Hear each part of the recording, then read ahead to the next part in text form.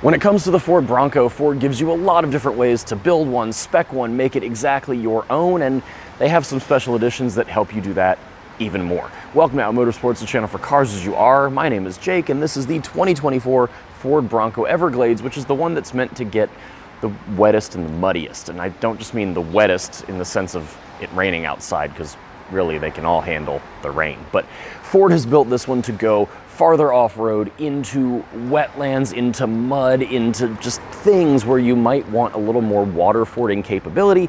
And I think that's a very interesting concept. I don't know if it's the one I'd buy, but it is a cool package in general. So let's talk about what this thing is. I do think it's good value, and we'll talk about why it might be a good value for you or why it might not be a good value for you. And of course, we'll just talk about the general Bronco-ness, because I really do like these trucks in general, especially compared to their key rival, the Jeep Wrangler. So first things first, how did Ford build a Bronco Everglades? Well, they start with a Bronco Black Diamond, which is going to be more on the entry-level side of things as Broncos go, and they made sure that they only equipped it with the 2.3-liter turbo 4-cylinder and made it as a 4-door. So if you want the Everglades, it's going to be this. It's not going to be a 2-door, it's not going to have a soft top, and it's not going to have the bigger engine or the manual transmission. So in this case, you've got a 2.3-liter turbo 4 making 300 horsepower and 325 pound-feet of torque. And that is paired to Ford's 10-speed torque converter automatic and of course 4-wheel drive. Now they also added the Sasquatch package, which gives you these 35-inch Goodyear mud terrains. Critically, it gives you locking front and rear differentials, and it gives you a little bit more ride height and the unique Bilstein position-sensitive dampers. So those are all nice upgrades, but you can get those on any Bronco, more or less. So what else did they do to make this thing an Everglades? Well, a couple other things they did. So first thing here is going to be the winch up front. So you've got your steel bumper, and then you've got Ford's built-in winch plate and a worn 10,000-pound winch. This is a great addition if you're going to be off-roading far where you might get stuck, you need to pull yourself out or extract someone else if they're stuck. This is built into the truck, and the best part about this is it's covered by the factory warranty. So unlike you adding your own winch later, this is just part of the whole truck. Now this is a hardwired winch, so you've got a connector plug right here with a hardwired control. You might be able to make it wireless. I don't really know. I don't know winches that well, but it's built by Warn, which is a good, reliable brand.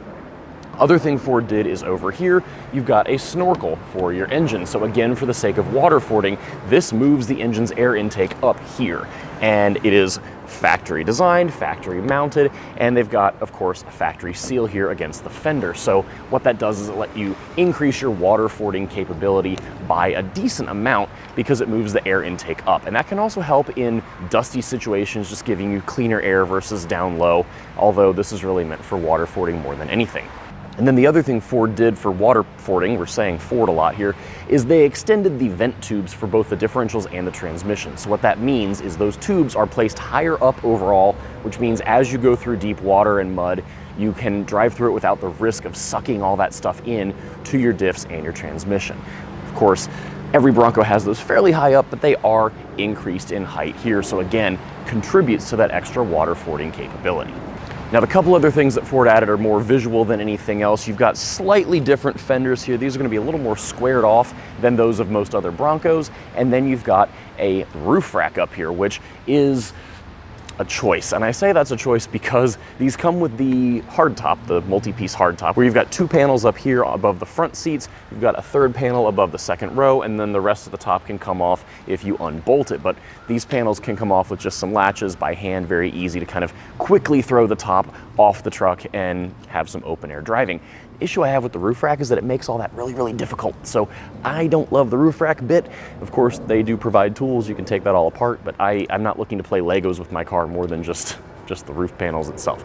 But in any case, all of the upgrades that Ford gives you to do the Everglades specific bits to make it more capable in the water, in the mud, especially with that extra water fording capability, give you 36.4 inches of water fording capability. That is more than any other Bronco, it is more than any Jeep Wrangler, and it is more than a Land Rover Defender. So that is pretty impressive if that's a thing you do.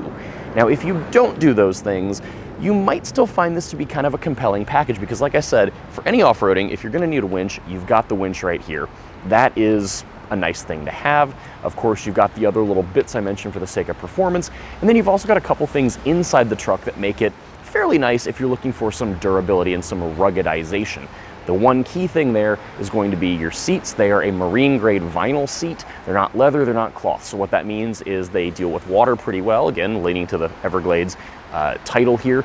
And then that is paired to a floor that is an easy drain floor. So it's kind of a rubber coated floor with drain holes. I think every Bronco has the drain holes, but this does not have carpet in it. So again, a nice touch if you're just looking to not really worry about how dirty you get your Bronco.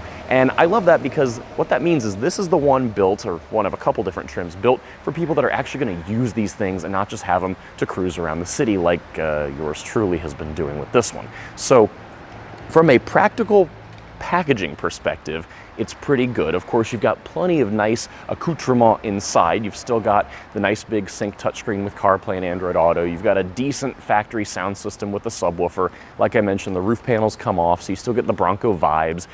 Yeah, plenty of niceties here and there. Heated seats, dual zone climate, I don't know, other nice things going on.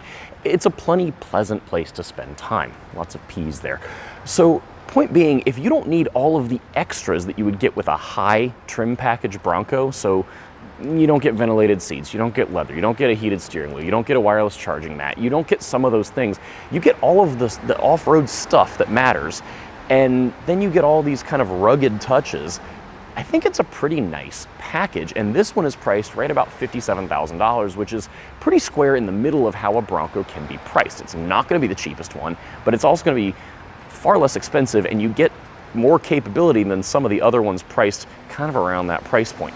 The one capability price point you're going to lose out on compared to some of the others is the electronically disconnecting sway bars. So that is something that is nice to have. There are aftermarket kits. Of course, that's not a warranty sort of option at that point, but if that's something that you don't necessarily care about, then this might be a decent package for you if you're still going to use it off-road.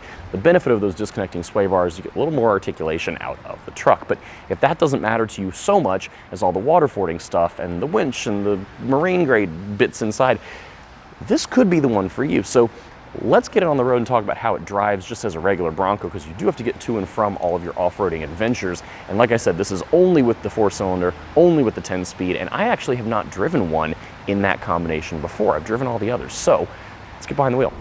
All right, so let's talk about driving the Bronco Everglades. So like I said, only you can really establish if this package is really the right version of Bronco for you. And you know, for me, it's really not. Where I live here in the DC metro area, we don't have a lot of off-road trails in the first place. The ones that we do have are not especially wet.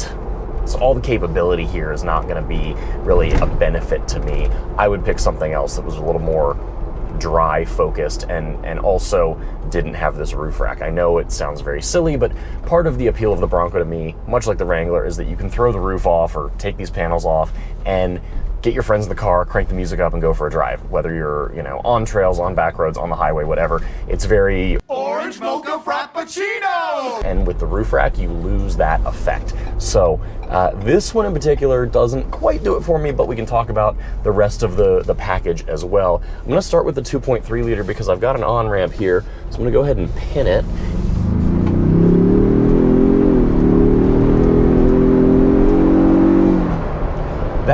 It is more than enough for the sake of power and torque.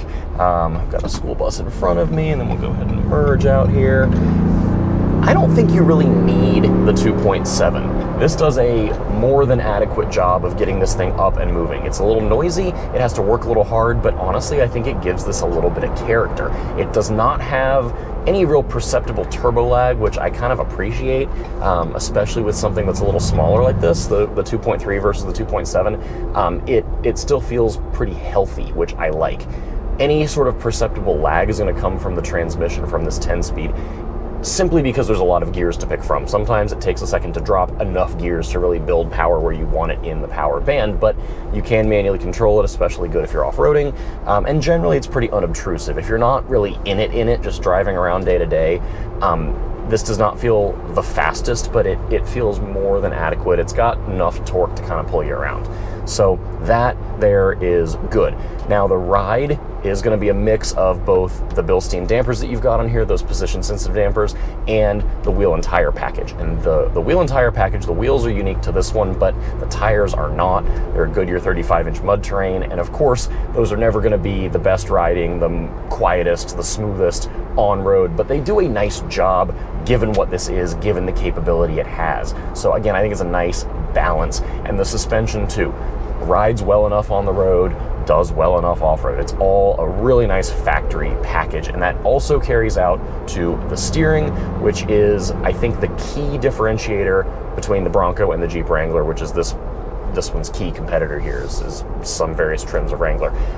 The steering at highway speeds in particular is just nice and tight. It's not super light, super loose.